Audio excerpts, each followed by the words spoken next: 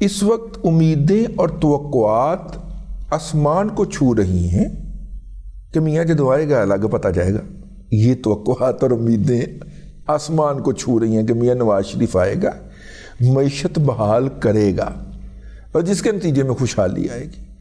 تو مارکیٹ ان امیدوں اور توقعات پہ چل رہی ہے.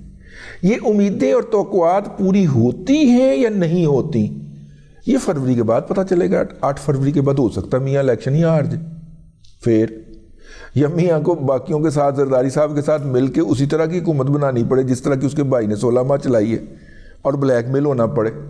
ٹھیک ہے نا, پی سی بی کا چیئرمین پیپلز پارٹی لگائے گالا میاں شہباز شریف نو پین. ٹھیک ہے نا بھئی, 400 جیالہ پہلے تکے میں ہی آ کے وہ پی سی بی میں بھر دے اور 10-10 لاکھ روپے کی تنخواہوں کے اوپر, کیونکہ پیسہ پارو مفت آ رہا ہے نا.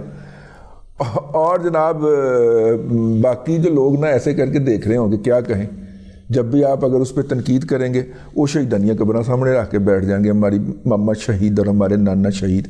لو کر لو گل, 400 بندہ انہوں نے تون دیتا جے اپنا کی نا ہے پی سی بی دے وچ, پاکستان کرکٹ بورڈ دے وچ, اور کل نو کٹ کے دکھانا, کل کو ان کو نکال کے دکھائیے گا. یہ کتنا بڑا جمہوریت کا مسئلہ بنائیں گے, جس طرح کہ ان کے داخل کیے ہوئے بندے آج تک ہم سٹیل مل سے نہیں نکال سکے. وہ پی آئی اے کا بیڑا غرق ہو گیا, پی آئی اے کو بیچنا پڑ رہا ہے لیکن وہ بندے نہیں نکال سکتے آپ. باہر سے پیپلز پارٹی سپورٹ کر رہی ہوگی, اندر سے وہ, اور کام انہیں کخ کا نہیں آتا. ہمارے ایک دوست ہیں, انہوں نے ایئر لائن جو تھی اس کے اندر انجینئرنگ میں جوائن کیا باہر سے آ کے نا, تو جہاز کا کوئی سٹینڈ بننا تھا, سٹینڈ ہوتا ہے جہاز کا, ٹھیک ہے, مطلب اس کے حوالے سے انہوں نے جا کے پی آئی اے کے ایک انجینئر سے پوچھا, وہ جیالے تھے اور پیپلز پارٹی کے کوٹے میں بھرتی ہوئے تھے. انہوں نے کہا یار وہ سٹینڈ کی میجرمنٹ مجھے دے دیں. تو وہ جیالہ بھائی تھے نا, انہوں نے کہا اتنا اونچا رکھ لیں. اس نے کہا وہ خدا کا خوف کار ہے, اس کی باقاعدہ اسپیسیفکیشن ہوتی ہے. میں کہتا صحیح ہم تو ایسے ہی بناتے ہیں. تو پھر پی آئی اے کا بیڑا غرق ہونا ہی سی نا. اس کی تو پوری ڈرائنگز ہوتی ہیں, ڈرائنگ کے اندر ایک ایک کرو کا اینگل لکھا ہوتا ہے, ایک ایک میجرمنٹ لکھی ہوتی ہے. اس نے سر پٹ لیا اپنا. وہ ایک نجی ایئر لائن کو جوائن کیا تھا, بیچارہ واپس ایمریٹس میں چلا گیا. ٹھیک ہے, ان کے انجینئرنگ ڈپارٹمنٹ کے اندر اعلیٰ عہدے پہ تھا. تو اس نے کہا گھر میں ایک نجی ایئر لائن لانچ ہوئی ہے, وہاں پہ چلتے ہیں. تو ایئر بلو کو جوائن کیا تھا, پھر چھوڑ کے چلا گیا. یار یہاں پہ تو ہر طرف ہی اندھی مچی ہوئی. تو کیوں اندھی مچتی ہے؟ جب آپ انکمپیٹنٹ لوگوں کو لاتے ہیں. اچھا, میں نے کہا کہ وہ جو بندہ پی آئی اے کے انجینئرنگ ڈپارٹمنٹ میں تھا, اس کے پاس ڈگری کون سی تھی؟ کہتا جامشورو یونیورسٹی سے M S C computer science تھا. میں نے کہا اسے کمپیوٹر بھی لگانا تھا. اور نہیں صحیح, جہاں کی نوکری تھی وہاں پہ اس کو ٹکا دیا. اور وہ صاحب جو تھے وہ ہفتے میں 2 دن دفتر آتے تھے, اور اس بندے کو پورا ہفتہ انتظار کرنا پڑا کہ یار وہ کس دن دفتر آئے گا. وہ دفتر آیا, وہ اس سے ملنے گیا, آفیشیلی ملاقات تھی, اور اس نے کہا کہ بھئی ہم نے وہ ڈیزائن اپنے جہازوں کا بنوانا, وہ سٹینڈ بنوانا ہے, تو سٹینڈ کی ذرا مجھے اسپیسیفکیشن اور میجرمنٹ دینے. انہوں نے کہا اتنا اونچا رکھ لیں. تو پھر آپ پوچھیں کہ پی آئی اے کا بیڑا غرق کیوں ہوا؟ سیالکوٹ سے ڈاکٹر سلطان صاحب پوچھیں کہ پی آئی اے کا بیڑا غرق ہوا اس لیے ہوا بھائی جان. ٹھیک ہے, یہ نہیں کہ ہمارے پاس لوگ نہیں ہیں. ہم نے ہر بندے کو وہ کام نہیں کرنے دینا ہوتا اس کا جو کام ہوتا ہے. 24 نومبر کا پیغام تھا. السلام علیکم ورحمۃ اللہ. دادا جان, میری آپ سے ایک ریکویسٹ تھی دستبردہ کہ جو با اثر حلقے ہیں یا مستقبل میں ہونے والے ہیں, ان سے یہ ریکویسٹ ہے آپ کے توسط سے کہ برائے مہربانی جیسے حکومت میں آئیں تو اپنا جو یہ گھر کی لینے کی اسکیم ہے, لون اسکیم, وہ ضرور لانچ کریں, کیونکہ عمران خان کی اس حوالے سے کافی تعریفیں پائی جاتی ہیں کہ اس نے اسکیم بڑی لانچ کی تھی. لوگ اس کی تعریفوں کے پل باندھتے ہوئے نظر آتے ہیں کہ جی وہ چلا گیا, دعا کریں وہ دوبارہ آ جائے. تو دادا جان, یہ ایک بڑا امپورٹنٹ جو ہے وہ ایک ایشو ہے کہ لوگوں کے پاس رہنے کے لیے گھر نہیں ہے, ڈفرنٹ قسم کی بلیک میلنگ کا انہیں سامنا کرنا پڑتا ہے. اچھا ٹھیک ہو گیا. یار آپ جو ہے پہلے مجھے یہ بتائیں کہ وہ کوئی گھر مل گئے؟ نہیں ملے نا. وہ رہتا تو مل جاتے. تو یار کبھی حقیقت اور پروپیگنڈے کے اندر بھی فرق کر لیا کرو, جھوٹ اور سچ میں بھی فرق کر لیا کرو. یہ پروپیگنڈا ہے ان کا. انہوں نے آپ کو پتہ ہے ایک آنے کا کام نہیں کیا, اور مہتاب حیدر اور خلیق کیانی خبراں دے دے کے مر گئے کہ یار وہ آپ نے اتنے پیسے لیے لوگوں کے, اربوں روپے درخواستوں کے ساتھ, وہ کیا کیا اس کا؟ انہوں نے ایک آنے کا کام نہیں کیا. ਠੀਕ ਹੈ ਨਾ, ਖਾਣ ਪੀਣ ਨੂੰ ਭਾਗ ਭਰੀ ਤੇ ਧੌਣ ਬਣਾਉਣ ਨੂੰ ਰਿਚ। ਮਤਲਬ ਵਾਅਦੇ ਤੱਕ ਤਕਰੀਰਾਂ ਕਰਕੇ ਇਮਰਾਨ ਖਾਨ ਚਲਾ ਗਿਆ